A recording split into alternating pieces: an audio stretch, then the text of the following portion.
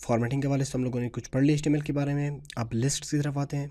ठीक है, आपको एक बात बताता चलूँ कि अगर आपने इस कोर्स को स्टार्ट किया है, ठीक है, तो फिनिश भी आपने करनी है। ठीक है, एक भी लेक्चर आपने मिस नहीं करने। ठीक है, एक सक्सेस की एक राज मैं आपको बता रहा हूँ कि आपने कोई भी चीज़ आपने स्टार्ट करनी है तो उसको आपने ज़रूर फिनिश करनी है। ठीक है, एक लेक्चर को आपने स्किप नहीं करनी है, इग्नोर नहीं करनी है कि भाई ये चीज़ मुझे आता है, ये आता है मुझे, तो मैं दूसरा देख लूँ, तो ये बात नहीं चलेगी। आपने तमाम लेक्चर्स रेगुलर देखने, बेशक आपको आता है या ना आता है, बहुत से लोगों को आता है काम करना, ठीक है, लेकिन आपने लेक्चर्स को रेगुलर देखनी है आपने। ठीक है, ये बात मुझे पहले बतानी चाहिए थी लेकिन अभी मुझे याद आ गया तो मैं आपको अभी बता रहा हूँ।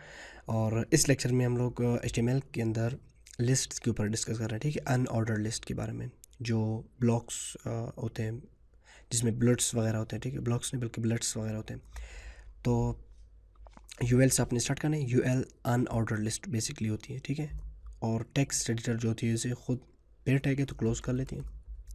अब UL के अंदर आपने li इंसर्ट करनी है। li सपोज मैं यहाँ पे लिखता हूँ कॉफ़ी।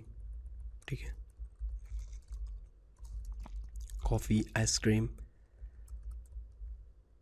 फिर li क्या होती है, लिस्ट आइटम, यानी UL के अंदर आपने फिर इन चीज़ों को इंसर्ट करनी है।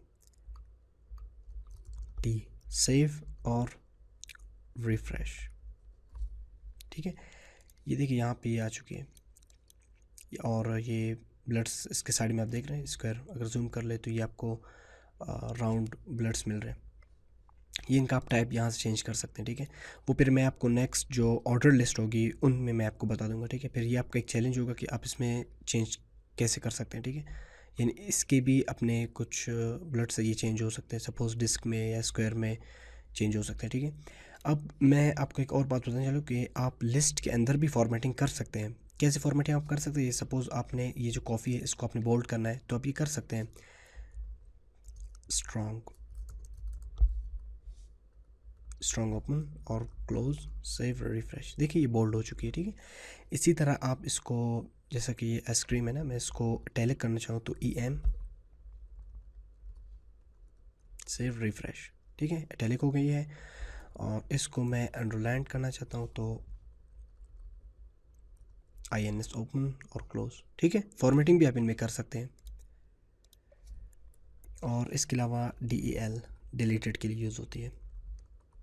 ठीक है, बात क्लोज, सेव, रिफ्रेश। ठीक है, तो ये आप, यानी हम लोगों ने अनऑर्डर्ड लिस्ट भी पढ़ लिया और इनके अंदर आप फॉर्मेटिंग भी कर सकते हैं। ठीक है, और नेक्स्ट लेक्चर हम लोग जो पढ़ने जा रहे हैं वो होगी ऑर्डर्ड लिस्ट। ठीक है, यहाँ पे फिर यानी ABC में फॉर्मेट में आ जाएंगे या 1 2 3 फॉर्मेट में या रोमन काउंटिंग फॉर्मेट में आ जाएंगे। ठीक है,